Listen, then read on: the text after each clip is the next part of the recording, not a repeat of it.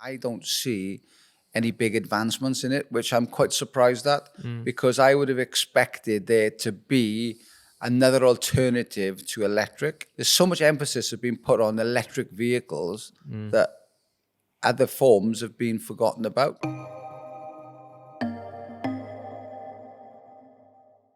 Hello and welcome back to the David Spear podcast. I'm your host, Elliot Spear. Join us today where we'll be discussing the future of the industry and where we think it's going. Give me your initial thoughts on the industry at the moment. The industry at the moment, right, it's a tough place to be. I think after the pandemic, the highs of the post-pandemic, when vehicles were in short supply and demand was high, we were taking orders for vehicles rather than selling them. It was a boom, if you like. And since that boom, we knew it was going to go the opposite way, that demand would slow down and there would be an oversupply of vehicles. Hence, this is what's happened, which is making it a very competitive market at the moment. Manufacturers kept putting prices up during and after the pandemic when vehicles were in high demand. Now there's a price correction. Vehicles are being priced more competitively, coming back down. It's a marketplace where we have to do deals. And with vehicles in plentiful supply, that means that fleet companies, leasing companies have taken new vehicles on board and released used vehicles back into the marketplace, which has again been a price correction in used vehicles. Used vehicles are much cheaper at the moment than they have been over a number of years. So would you say you predicted this when the pandemic was in full force, when we were busy and when the phones were ringing off the hook? Did you predict that, this isn't going to last forever, this is going to slow down at some point and level off? Or did you just, did you think the industry had changed as a whole and this was our new industry? Or how did you see it? I haven't been in business for 37 years. I've seen lots of booms and busts along the way with different things happening. But obviously with every boom, there's going to be a bust, and nothing keeps going up forever. We've seen the house prices rising over the last few years, where they were continually climbing, and it was it's not natural for it to keep going. Yeah, it's like got to that. level off somewhere. Yeah. So we did see it. Did we see it early enough? Probably not. We still had a big stock of new vehicles, which we've had to shift at reduced prices. Sometimes we've lost money on them. Sometimes there's been money back, but we've had to move these vehicles because vehicles have become cheaper. We can replace them with cheaper vehicles with cheaper prices for the same model. So yeah, it's as we said earlier, it's a very, very competitive market at this moment in time. It was probably quite an easy thing to get comfortable at that point as well, wasn't it? For a lot of people similar to us, you would get comfortable with doing the units you were doing and buying from where you were buying normally. So people had to adapt, like you said.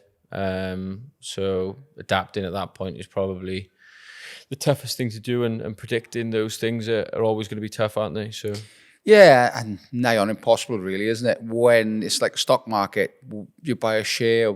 When you get out, do you mean, and most people think, oh, there's a little bit more life in it, it's going to go on for a little bit longer. Then all of a sudden, you haven't cashed in those shares or haven't sold your stock of vehicles, and then the tide turns, and things start to go back down. Demand drops off, and the minute the demand drops off, then manufacturers, as we know, during and after the pandemic, there was a shortage of chips for making vehicles, so manufacturers couldn't manufacture vehicles quick enough. So, and demand with people in lockdown had excess money, or saved up money that they wasn't spending. And all of a sudden, when we came out the other side, they wanted to spend this money. Yeah. Whether that was on, sometimes it wasn't possible on holidays, so they spent it on luxuries, on cars, on vans, on vehicles. Yeah.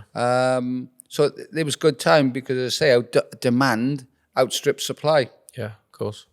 So we talked about, where we see it at the moment. Where do you see the industry going in the future? Is there a prediction you've got in the next couple of years? Do you see any major changes, or what do you think is going to happen?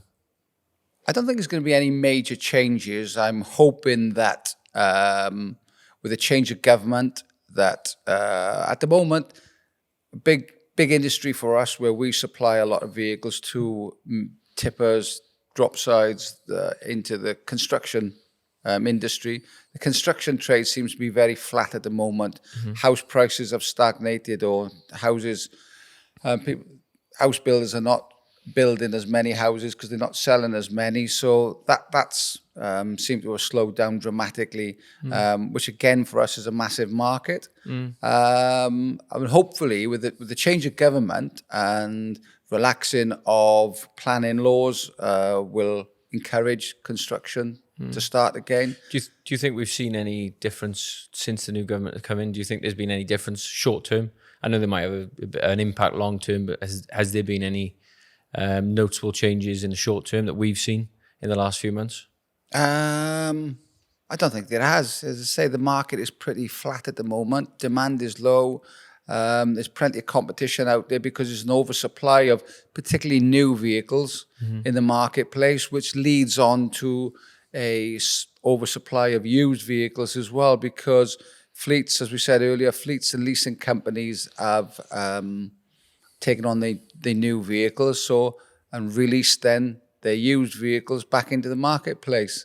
So, I'm hoping, as I say, as we move into quarter 3 and quarter 4, that there will be changes. We've had to see a cut in the interest rate. So hopefully we'll see more cuts in the interest rate, which will give people confidence. Yeah. And hopefully we'll see a bit of a change in the marketplace. Hopefully.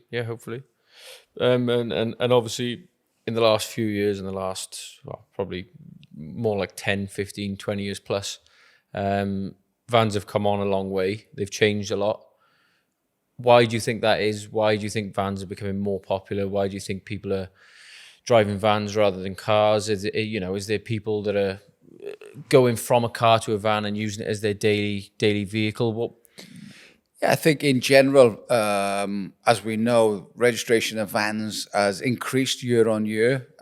Although in the past 12 months we have seen a decrease, but in general, there's probably a lot more vehicles probably a lot more commercial vehicles in the UK than there ever has been, and I think there's a few reasons for that. Firstly, I would say that before and during the pandemic, we started to order goods online. So we became an online nation where we'd order from Amazon or wherever else. And if we order those goods, then they have to be delivered to our home. So a natural way for them to be delivered is by van. Hence the rise of courier companies, big courier companies, Amazon delivery drivers. So there's been a big uptake of small, medium and large panel vans to deliver those goods to our door. There's not many days go by where people don't get a knock on the door now and it's an Amazon delivery driver or a courier driver delivering your goods. Exactly, your food shop or there's so many things that we now get delivered by van, or commercial vehicle. So that's one reason. I think that, as you said, that commercial vehicles have improved dramatically in the way that they drive and perform. And are more car-like these days. So there's a lot of people that now drive or prefer to drive a car because it suits two purposes, possibly their business life and also their personal life as well at weekends. And I think, a big example of that is probably Ford, or not Ford, but double cab pickups. Yeah. You know, I'm thinking of the Ranger in particular because it's probably the best seller out there at the moment. But double cab pickups where directors or employees of business and even private people, you know, are driving Ford Rangers, or are driving double cab pickups now rather than cars. Is that because of the benefits in terms of putting it through a business, or? Yeah, obviously the biggest benefit for them in driving it is the tax advantages of putting it through the business, where these are directors of companies who used to drive maybe a Mercedes car or a top-end luxurious car, but now, as I said, these pickups have become more luxurious, and they like a top-of-the-range SUV. You know, they've got the leather, the heated seats, the heated steering wheel, the sat-nav, the reversing cameras, the climate control. They've got everything. They drive exactly like an SUV as well. So, but they can serve two purposes. For work during the week, they can use them to go about their business. They can carry goods in the back of them. And on weekends, they can use them for recreational purposes, carry their family. So they serve two purposes. And on the tax advantages side of it, if they're VAT registered, they can claim their VAT back. They get a write-down on the vehicle each year as well through their business. Yeah. And if they've taken it out on finance, then they can offset the interest as well against their tax. Yeah. So there's loads of benefits of using, you know, so there's a couple of reasons there of why there's more commercial vehicles on the road we see now.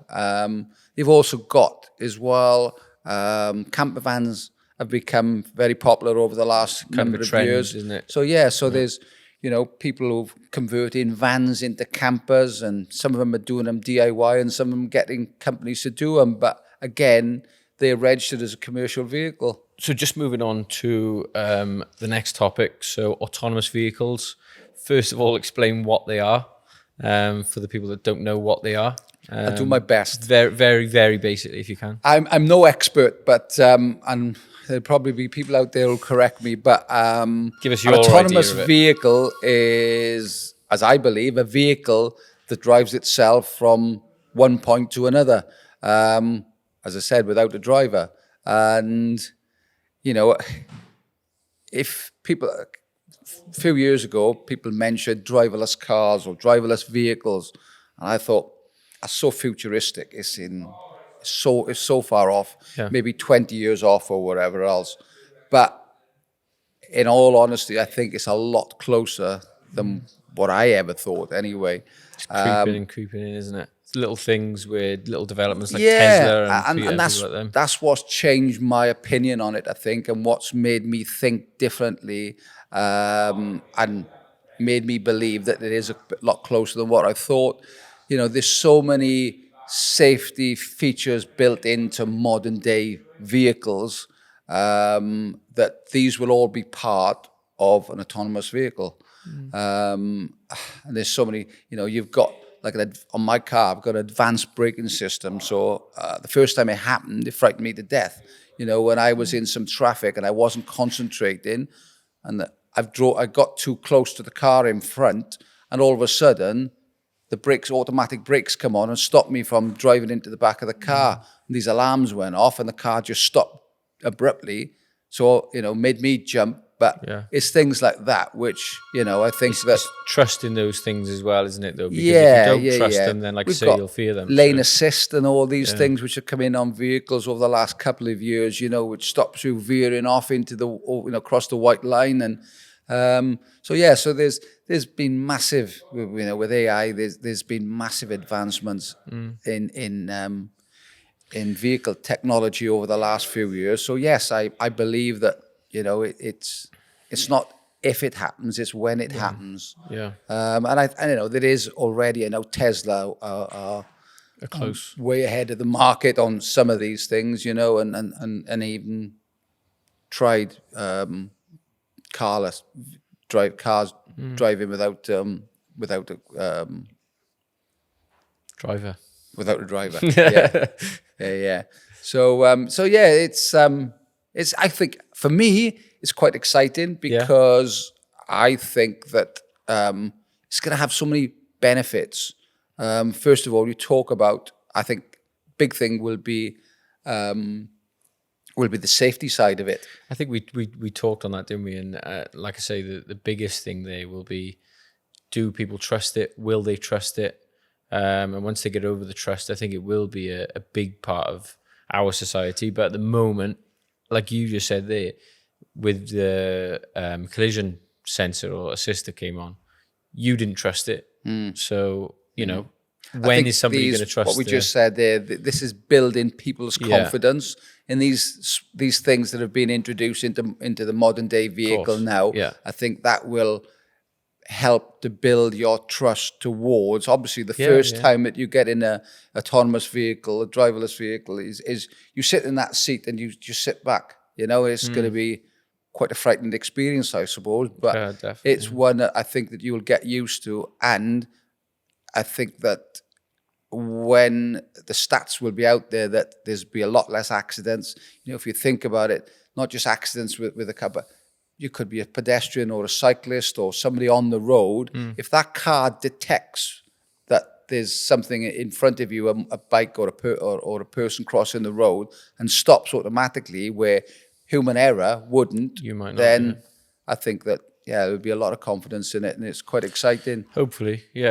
So But on the other side of it as well, it'll allow people as well who maybe can't drive or haven't got a license to get from A to B, to get to maybe a hospital appointment, or, you know. So it opens up a whole new world for those people as well. Yes, definitely. So at the moment, more benefits than absolutely. So, definitely. A lot more benefits. And you don't see it being that far away either. No, I don't think so. I think we're talking, you know, maybe a couple of years, but, you know, it's been trialed. I know it's been trialed, and I know that, you know, there's billions of pounds being invested in it at this moment in time. And, you know, in parts of the world, there is driverless vehicles, driverless commercial vehicles, which are taking goods from one factory to another. So it's already been trialed at this moment in time. So how are regulations affecting the industry at the moment?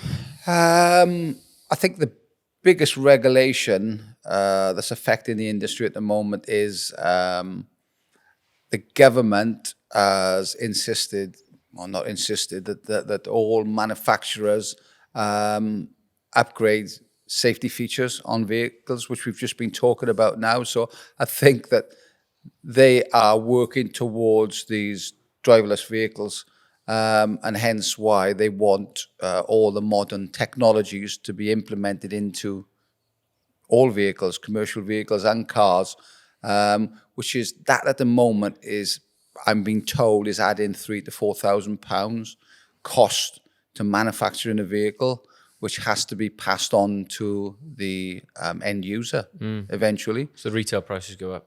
So retail prices, I'm being told that the retail prices of new commercial vehicles will have to go up because of this cost to them of installing safety features. More safety features, yeah. Which, I know we say obviously it's never good when the retail price goes up, but when it's for something like that, do you think people are more willing to pay the extra because they know there's going to be more safety features? They know it's going to be I think they should do, definitely. And as long as they understand what they pay an extra for. As long as it's explained, And I think that's one thing that needs to get over to the customer and the end user, that he needs to understand that the price increase is due to these extra features, which could save lives. So I think if you're paying £3,000 or £4,000 on a vehicle to save lives, not just yours, but other lives, people on the road and wherever else, I think, you know, most people would be more than willing to pay the extra. Pay the difference, of course. Any other regulations at the moment, or anything, you know, environmental changes and things like that? Is there? Not the only thing that we've got is the big thing that we know about is environmental. From an environmental side, is electric vehicles. That the government are obviously pushing for all vehicles to be electric. You know, at some stage, I think that in 2025, 10% of vehicles manufactured need to be electric vehicles. Building up into 2030, that's 70% of your vehicles need to be electric. And I think there's huge fines as well that manufacturers will have to pay if they don't meet those deadlines. Okay. That's very, very difficult at the moment, and I think it's something that worth having a quick chat about electric vehicles at the moment. Let's talk about commercial vehicles, electric vans. Biggest thing that we know about is that the range needs to be extended massively, really. Probably 3 or 4 times what they can do at the moment on a full charge for it to work. It's okay having electric commercial vehicle if you doing short journeys or you live in a city, and but if you're doing any distances, it just doesn't work. And what do you think the difficulties are around that? Why are manufacturers not able to increase the range on some of these vehicles? Is it because of the weight distribution, or because of the size of the battery? I think in commercial vehicles, it's going to have a big impact, and how that's going to work, I do not know. Because if you take, for example, a large panel van, which is 3.5 ton gross, if you're going to extend that range, that may mean that it needs more or bigger batteries, then it's going to carry less weight. And the idea of buying a vehicle that is to carry goods. And, okay, it's okay if you're carrying feathers in it, but if you're carrying heavy goods in your vehicle, it's not going to work. And the other big problem we know is the infrastructure. Is public charging points. It's just not enough around. So it's a very, very difficult market at the moment with electric vehicles, and we see in that as well in electric vehicles. Prices of electric vehicles, new electric vehicles, come down quite dramatically, and that's pushed as well. Used electric vehicles as well they've really fallen. So, and I mean vehicles that cost £50,000 are down to £15,000 maybe. So it's a great opportunity if you want to buy a used electric van. I suppose at it's a the chance moment. for somebody, isn't it? If they were thinking about it when they were brand new, do they take a risk on a used one with a few thousand miles and see how they get on with it, and then worst case scenario, they move it on. So but a lot of remarketing companies that I'm speaking to now have got a lot of electric vehicles around them that they can't move at the moment, even at any price. So that just tells you where we are in the marketplace, or the demand, how low it is for electric vehicles. So there's a lot of things need to change. And as I say, number one is the range. Number two is the infrastructure. And until they get those two right, then, I don't know where electric vehicles are going. Okay. We talked about the environmental changes. So something we brushed on the other day was manufacturers introducing smaller engine sizes, but still getting a better or a bigger power output than the previous models. So something like the Ford Ranger, which was a 3.2 naturally, is now a 2-litre bi-turbo, but they get more power out of the engine. Is that an environmental change, and do you see other brands doing that, or is that just? I think all manufacturers have tried to do that because they're conscious of it, but they're also being driven by the government in making sure that vehicles are more cleaner and more environmentally friendly, and also this has led to engines being lowered. And cleverly, they've got more horsepower out of a smaller engine. So it's a benefit for the customer as well, then, and the environment. There's a benefit to the customers, a benefit to the environment, that's for sure. And as I say, fuel efficiency is lower because it's a smaller engine, so that has increased. So so there's manufacturers have been working hard behind the scenes over a number of years to create a more friendly environmental atmosphere. The electric cars, do you see the cars doing the same thing, or are the cars more advanced than the commercials? Seem to be a lot more advanced, like everything. The cars always seem to be. There's a lot more cars on the road than it is commercial vehicles, as we know. Your car is hybrid, partly electric? Or? And for me, I see hybrid as a massive step forward. It's again, like we talked about earlier, about introducing safety features to vehicles, for me, this is the way to go. So you'd have a hybrid vehicle. So a plug-in hybrid where you could use it on short journeys. You could use electric, but if you planned on going on a long journey, you'd use part of the electric, and then you might use the alternative fuel, be it petrol or diesel. So you could plan to go to Scotland, without planning your journey and trying to stop at charging points along the way.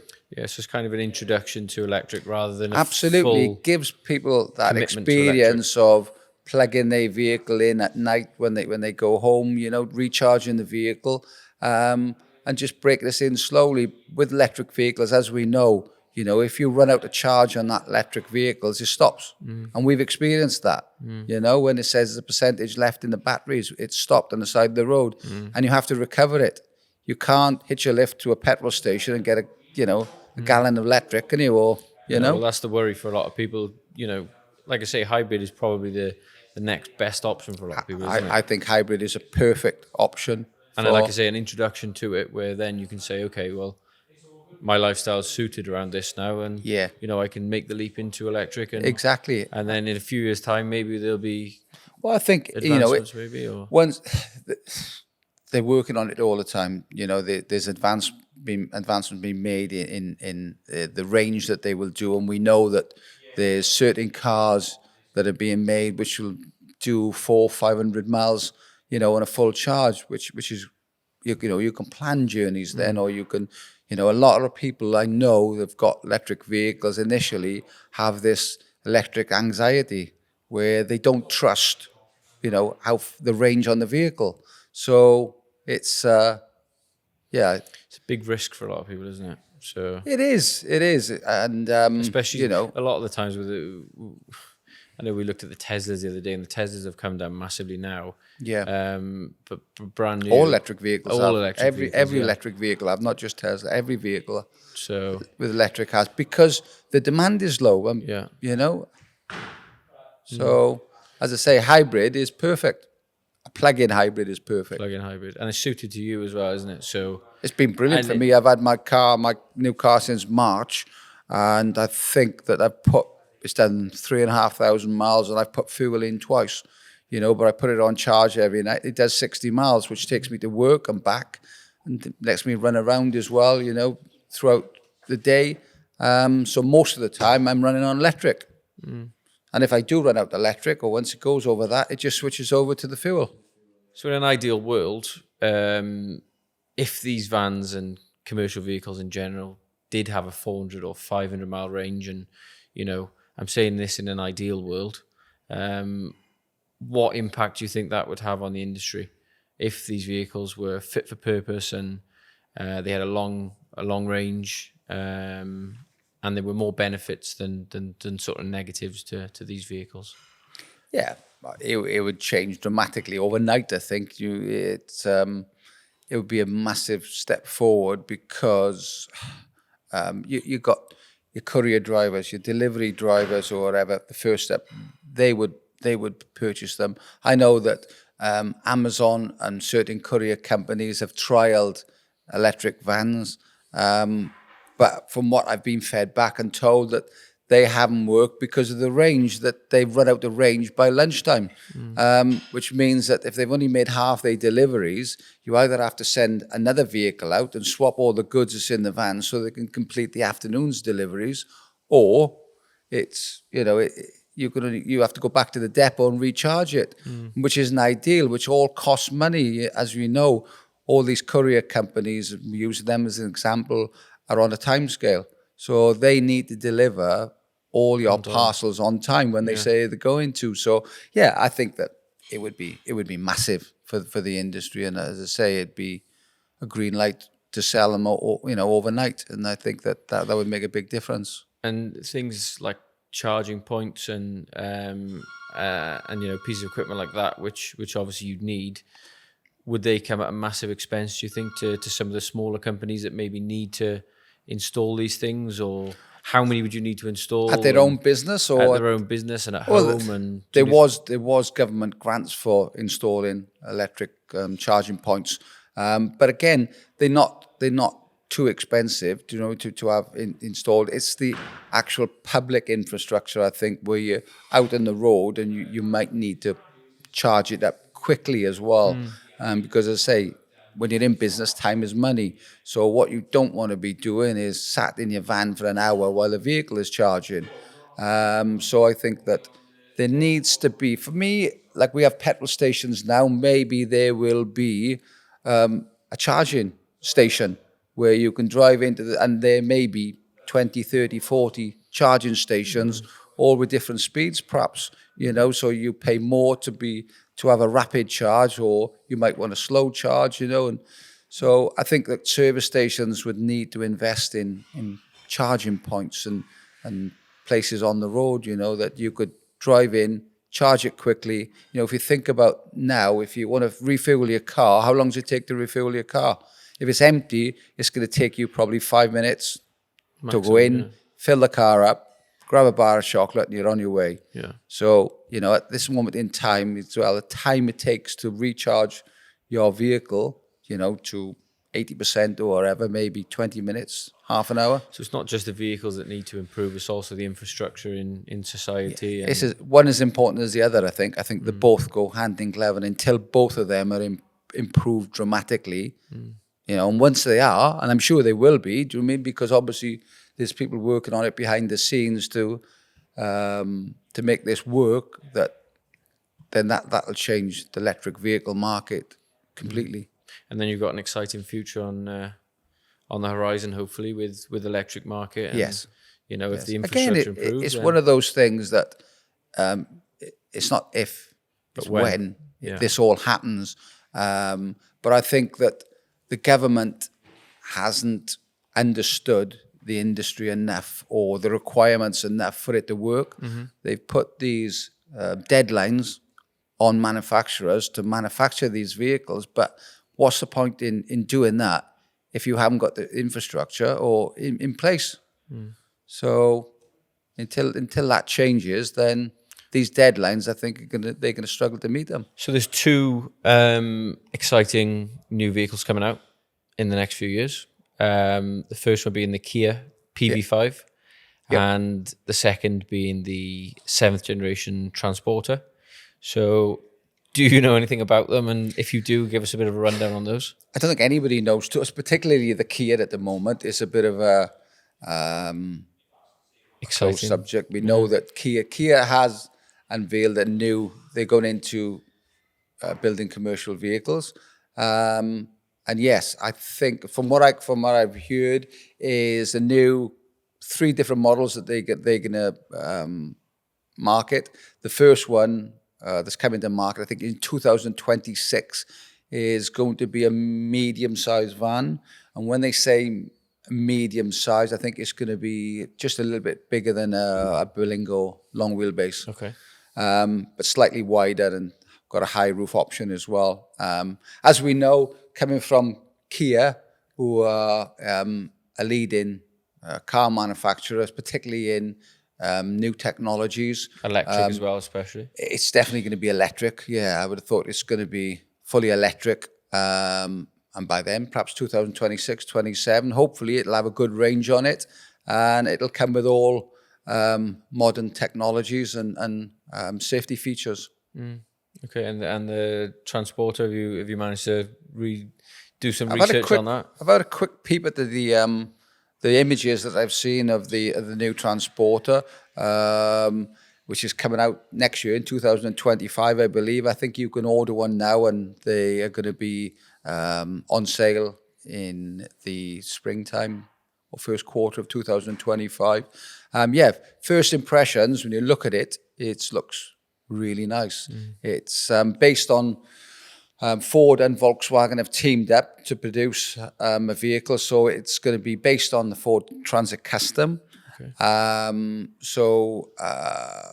But it will have Volkswagen, as we know, will put their own stamp on it. So it'll have a different front end with a different grille, different lights, different interior as well, as in the cabin interior is going to be more Volkswagen, I think they'll put their stamp on it. And first initial thoughts when you see it, it looks very similar to the front end does to the ID Buzz. Okay. Which again I think is a lovely looking vehicle, very, very futuristic. Yeah. And it's going to be slightly bigger than the old Transporter, slightly wider and slightly longer. We've brushed on electric. We've gone into detail on a lot of electric, but the only real alternative we've seen is Toyota, who have prototyped hydrogen with the Hilux. Again, it's only prototypes, so it's not introduced. But do you see any alternatives to electric? Are there anything that you can kind of suggest that would come up against electric, or have you done any research into it? The only thing that I can think of, and I know it's been talked about over the years, is the introduction of as you said, of vehicles running on alternative gases, be it hydrogen or different gases. But it doesn't. Hasn't for me. I don't see any big advancements in it, which I'm quite surprised at, because I would have expected there to be another alternative to electric. Something that would challenge it, maybe, or it just doesn't seem to have happened at the moment. The emphasis, there's so much emphasis has been put on electric vehicles that other forms have been forgotten about. We know that the government and people are pushing away from naturally aspirated diesel petrol engines, because at the end of the day, the end goal is to make the world, the planet, a greener place, and that we burn in less emissions and looking after the ozone layer. But I would have thought that there would be more options from other things such as gas, which, there's prototypes going on, but nothing seems to have, there's no... Yeah. So you think maybe we've put all our eggs in one basket with electric, and it seems to be. There's other things out there which perhaps we've put all the money and time and effort into electric, which is all good and well, but to me, I'm not an expert, but that it seems to be that, and I'm sure there are behind the scenes. I'm sure that a lot of manufacturers are trying different fuels or alternatives, but nothing seems to be coming to fruition at this moment in time. Or the only thing that's coming to market is electric. So just to wrap things up, really, the next sort of 5-10 years. We've gone through... You want me to get my crystal ball out? Yeah, if you can make a prediction, that'd be great. But maybe it's not electric, maybe it's a different type of fuel. What are you going to predict for the next 5-10 years? And do you see any major changes, or do you think that we're just going to kind of continue as we are for now? I think that obviously there's so much investment gone into electric vehicles at this moment in time that there has to be a massive investment going into the infrastructure and improving the range on electric vehicles.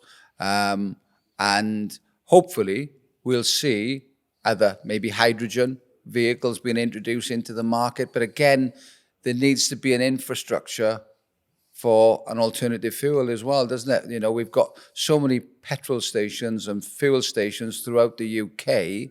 If those need to be changed into something else over time, because if there's more electric vehicles on the road than there is petrol, diesel engines on the road, then, there's going to be less demand for fuel for petrol more. or diesel.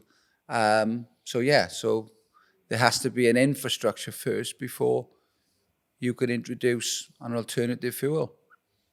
Okay, thank you very much. Thank you. No problem at all. So that wraps up the second episode of the Davies Beer podcast. Thanks for joining us. We'll see you on the next one.